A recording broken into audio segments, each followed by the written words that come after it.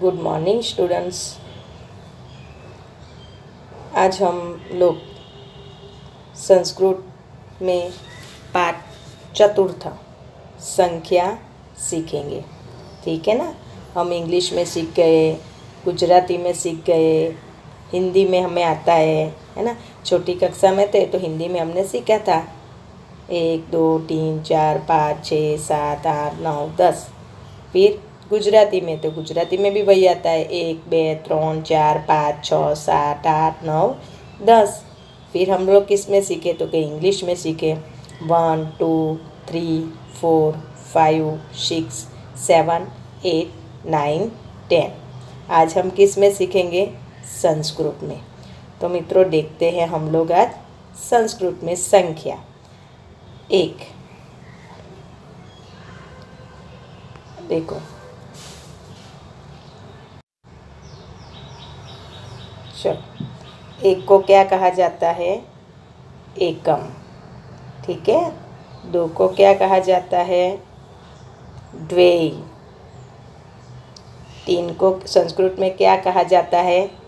त्रीणि। 4 को संस्कृत में क्या कहा जाता है? चत्वारि। 5 को संस्कृत में क्या कहा जाता है? पंच। ठीक है। वापस एक बार फिर 1 को संस्कृत में क्या कहा जाता है? एकम। क्या कहा जाता है? एकम। 2 को संस्कृत में क्या कहा जाता है? द्वे।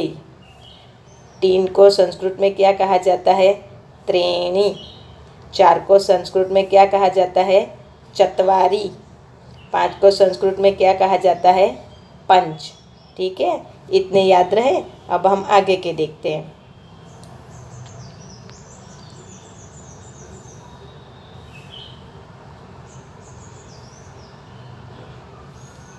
छः को संस्कृत में क्या कहा जाता है? सत। 6 को संस्कृत में क्या कहा जाता है? सत। 7 को संस्कृत में क्या कहा जाता है? सप्त। 7 को संस्कृत में क्या कहा जाता है? सप्त। 8 को संस्कृत में क्या कहा जाता है? अस्त। क्या कहा जाता है? अस्त। 9 को संस्कृत में क्या कहा जाता है? नौ।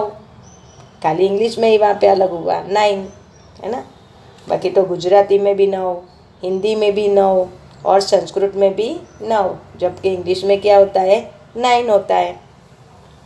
10 को इंग्लिश में क्या कहा जाता है? 10। ये 2 शब्द ऐसे हैं जो तीनों जगह पे कैसे है? एक समान। किस में? तो कि हिंदी, गुजराती और संस्कृत में 9 और 10 कैसे होते हैं? एक जैसा बोला जाता है। 11 को संस्कृत में क्या कहा जाता है? एकादश। 12 को संस्कृत में क्या कहा जाता है? तादृश। 12 को संस्कृत में क्या कहा जाता है? तादृशः। अब हम वापस एक बार देख लेते हैं। ठीक है। 1 को क्या कहा जाता है? एकम। 2 को द्वे। 3 को त्रीणि। 4 को चत्वारि। 5 को पंच। 6 को सत। 7 को सप्तम। 8 को अष्ट। 9 को 9। 10 को 10। 11 को एकादश और 12 को तादृशः। ठीक है। अब हम लोग स्वाध्याय देखते हैं और इसी तरह आपको नोट में भी लिखना है। छोटे छोटे इस तरह से फूल बनाने हैं और लिखना है। कितनी बार? 3 बार। अब स्वाध्याय देखते हैं। निम्नलिखित अंकों को संस्कृत शब्दों में लिखिए। 5 तो वहाँ पे क्या लिखा जाएगा? पंच।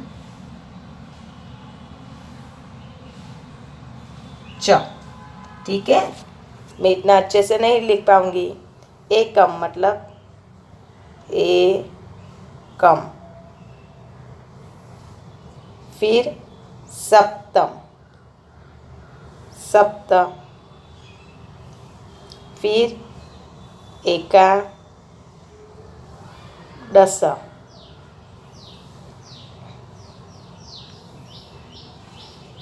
फिर द्वे, 9, अष्ट,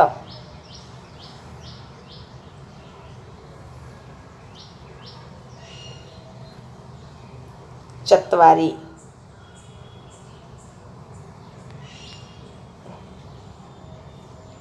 फिर सत। इस तरह से आपको लिख लेना है। मैं इतना अच्छे से नहीं लिख पाऊंगी। 10, त्रीणि और तादृशः।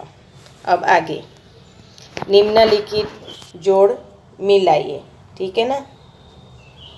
तो पंच, अष्ट, तादृश मतलब 12, चत्वारि मतलब 4 और 9 मतलब 9। अब निम्नलिखित शब्दों को अंकों में लिखिए।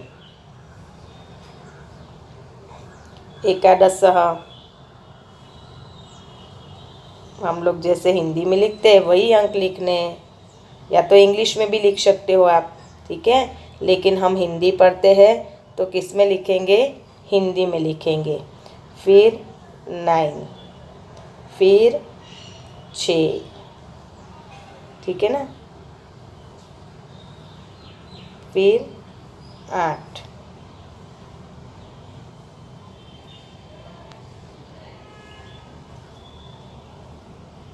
और 5, ठीक है।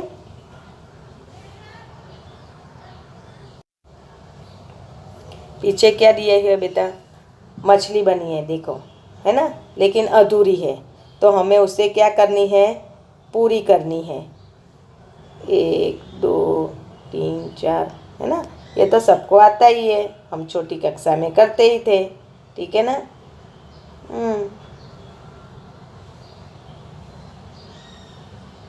इस तरह से हमें जोड़ देना है, ठीक है।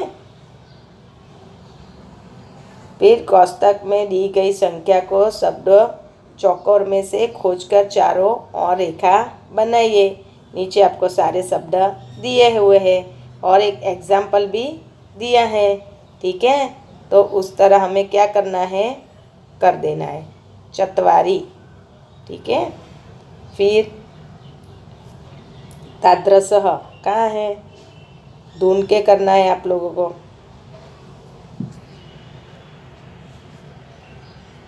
है ना। तो सारा शब्द आपको क्या करने हैं? ढूंढ लेने हैं खुद। इतना तो आप कर पाओगे, ठीक है दोस्तों। अगली बार मैं आपको क्या दूंगी? स्वाध्याय लिखने दूंगी, ठीक है।